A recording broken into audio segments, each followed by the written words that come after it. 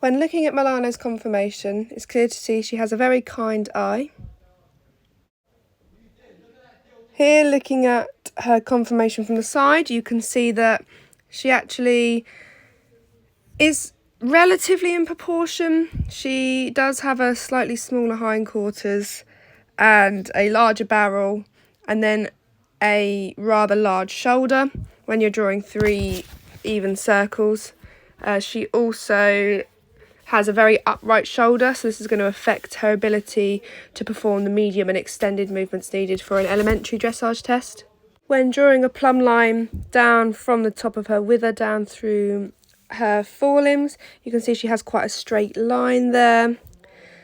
And same through her hindquarters, so from the point of buttock down through the point of hock and down through the point of fetlock. Actually, she has quite straight legs there, so I would say she has good conformation from that point of view. However, looking at her feet conformation, she has really... her head and neck are quite in proportion. She does have a slightly longer top line of the neck rather compared to her sterniocephalicus bottom half of the neck. She therefore should be able to work in an outline quite consistently and quite easily. That's something she shouldn't find too hard. She also has a relatively short back, so from a saddle point of view I wouldn't go for anything larger than a 16.5-inch saddle. She does have a larger saddle than this at the moment, so we could see if she was able to wear something a bit smaller. Here you can see her back end conformation. She's quite straight. She's not cow-hocked or bow-legged, or she doesn't stand close or anything. Looking at the forelimbs, she has quite an ideal position. She's quite straight. Her fetlocks do twist slightly outwards, and then her knees twist slightly inwards. This will affect her movement. This is why she does dish in the walk. You can also see here that her toes are fairly long, so she is in need of the farrier. She's only shod in front, which is ideal from an expense point of view. Here you can see her in the walk.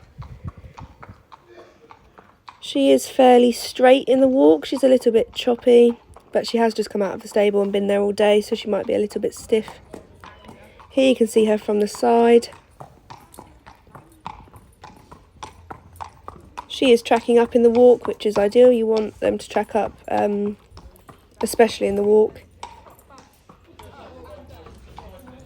She does look a little bit sticky there, but I think that's just because there's quite a lot going on around the yard.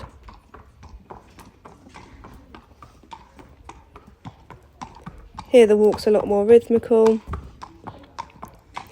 She doesn't have a lot of cadence in the walk. She doesn't have a lot of lift through her forelimbs. And she's quite stiff with her stifle movements.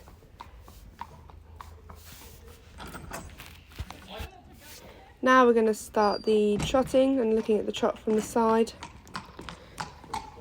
You can see here she is quite straight. She does not completely track up in the trot here. She ran straight. Once again, that's probably due to us. I think the handler, maybe we could run a little bit faster, a little bit more forward, and encourage her to track up a bit more. Yeah.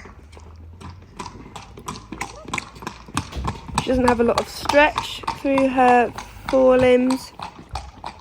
She's got that quite choppy movement, which can be seen in comparison to her conformation. She has that really upright shoulder, so she's going to struggle to lift up and forward through that shoulder. Here we're just in the walk.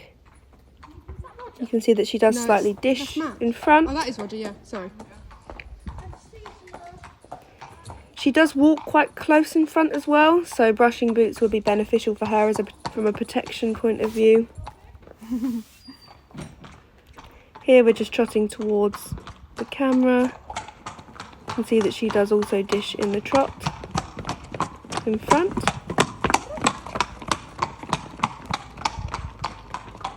And behind she plats slightly. She plats more with her right hind than her left. This can't really be altered. We can just help her with her straightness through training.